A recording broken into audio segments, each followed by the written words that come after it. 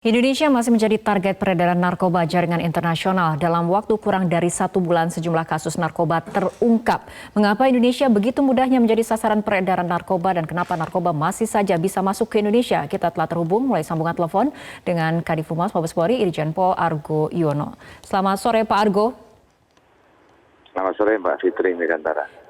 Ya, Pak Argo, pengungkapan sabu di Sukabumi ini berasal dari Iran. Bagaimana sebetulnya modus transaksi hingga kemudian narkoba ini bisa masuk ke Indonesia?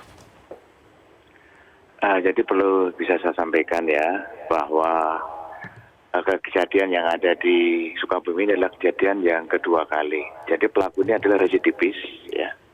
Residivis karena sejak sekitar bulan Februari sudah memasukkan juga.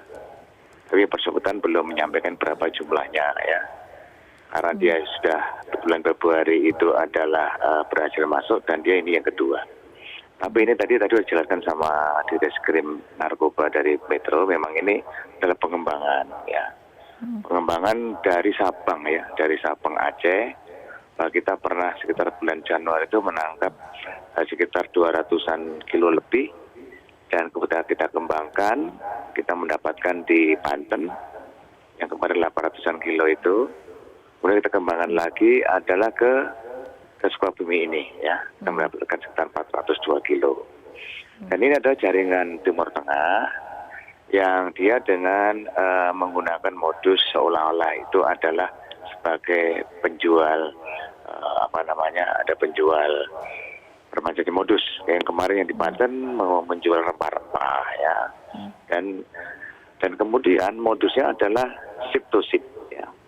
Artinya ship to ship itu adalah bahwa dia menggunakan kapal besar yang kemudian masih di perairan Indonesia, kemudian dijemput oleh kapal nelayan lah, kapal kecil itu, sehingga ditransit, artinya diturunkan berkali-kali itu. Berkali-kali menurunkan barang putih tersebut, kemudian disimpan ke dalam satu rumah yang kalau di Sukabumi adalah baru sekitar 1 bulan dia mengontrak rumah. Pak Argo, tadi ada katakan pelakunya merupakan residivis dan apabila kita mundur ke belakang di tanggal 22 Mei lalu sempat juga digagalkan penyelundupan sabu, bahkan ini nilainya lebih besar 821 kg di Serang, Banten. Ini kenapa kemudian penyelundupan dengan jumlah yang sangat fantastis seperti ini masih bisa terus dilakukan ataupun bisa terus masuk ke Indonesia? Apakah dari segi law enforcement-nya atau dari faktor apa yang membuat Indonesia menjadi pasar narkoba yang potensial? Ya tentunya kita melihat geografis ya, Indonesia itu pantai itu sangat-sangat rentan ya. Jadi garis pantai itu panjang sekali ya. Jadi tidak semua garis pantai itu kan terawasi ya.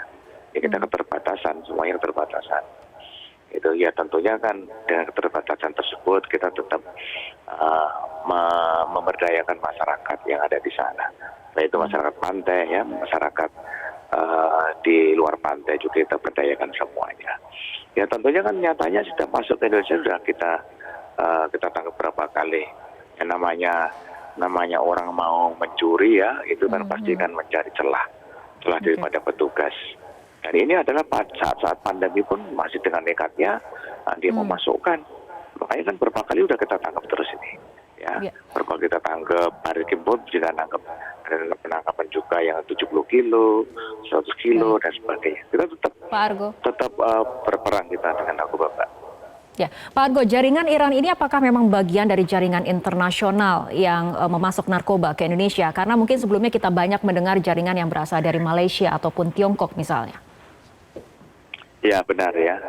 Memang ini adalah jaringan internasional dari Timur Tengah. Memang ada jaringan dari Cina, dari kemudian Malaysia, dan ke Indonesia. Ini jaringan dari Timur Tengah dan kemudian ke Indonesia. Jadi memang rata-rata yang kita amankan dulu adalah warga negara daripada Timur Tengah ya. Yang kemudian kita kembangkan baru kita bisa mendapatkan informasi dan berjalan gagalan tersebut. Jadi di orang Timur Tengah ini yang masuk ke Indonesia kita cek visanya, ada cek visa turis ya, visa turis, wisata lah ya. Kemudian juga ada yang bisa kerja ya di situ. Jadi modus inilah yang harus kita dalami kembali ya, kita bersinergi dengan imigrasi dan dengan instansi yang terkait tadi. Biar semua ikut-ikut mengawasi, Pak. Jadi tidak hanya polisi saja. Demikian, Oke. Mbak. Pak Argo, tapi apabila kita lihat dari jalur masuk penyelundupan narkotika ke Indonesia ini didominasi melalui jalur laut, apakah ada upaya ataupun strategi khusus untuk memutus jalur ini sehingga kemudian pintu-pintu masuk penyelundupan narkoba bisa ditutup seoptimal mungkin? Ya, jadi nanti di polisi kan ada pol air ya, Mbak. Itu ada pol air dan sudah ada namanya pemolisian perairan ya di sana. Jadi setiap pintu masuk yang ada masyarakatnya di sana itu patroli pol air nanti akan membuat edukasi bagaimana cara untuk menangkal mencegah masuknya daripada narkotika tersebut. Dan kita juga koordinasi dengan angkatan laut ya, dengan TNI. Dan kemudian dengan peralatan sosial yang ada di sana kita manfaatkan, kita berdayakan.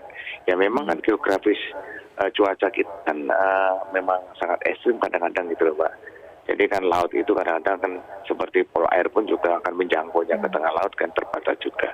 Dan dia bisa membaca di situ, tapi kita lebih lihai lagi, Mbak, kita. Lebih lihai lagi untuk mengintip sehingga kita bisa menangkap semua. Demikian, Mbak. Oke, Pak Argo, ini pertanyaan terakhir. Kenapa Indonesia ini dianggap menjadi sebuah pasar yang potensial bagi para penyeludup narkoba? Apakah dari segi jumlah penggunanya yang memang masih sangat tinggi ataupun mungkin dari nilai penjualannya yang kemudian harganya lebih tinggi dibandingkan negara-negara lain? Ya kadang-kadang kan pengguna daripada narkotika ini kan tidak hanya orang Indonesia, Mbak. Jadi kadang-kadang juga orang asing juga yang menggunakan, dan juga ada yang masuk Indonesia juga kemudian dilifatkan ke luar Indonesia juga ada di situ. Jadi tidak Indonesia saja yang jadi produsen atau yang saya ulangi yang mempergunakan. Kadang-kadang juga negara tetangga pun juga ada di Indonesia yang mempergunakannya, melewati Indonesia. Ya tentunya kan dengan melihat ya dengan luas wilayah, luas garis pantai, panjang garis pantai kan di situ.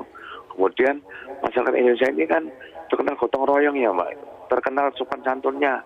Ada orang asing datang dengan permisi ngomong baik-baik, pasti diterima sama kita semua. Padahal kita tidak tahu niat daripada orang yang datang itu. Itulah, tapi itu kan menjadi bagian dari keuntungan buat kita untuk jangan sampai ada lagi yang masuk Indonesia lagi. Demikian Mbak Fitri. Baik, terima kasih Kadif Humas Mabes Polri Irjen Pol Argo Yuwono telah bergabung bersama kami dalam Metro hari ini.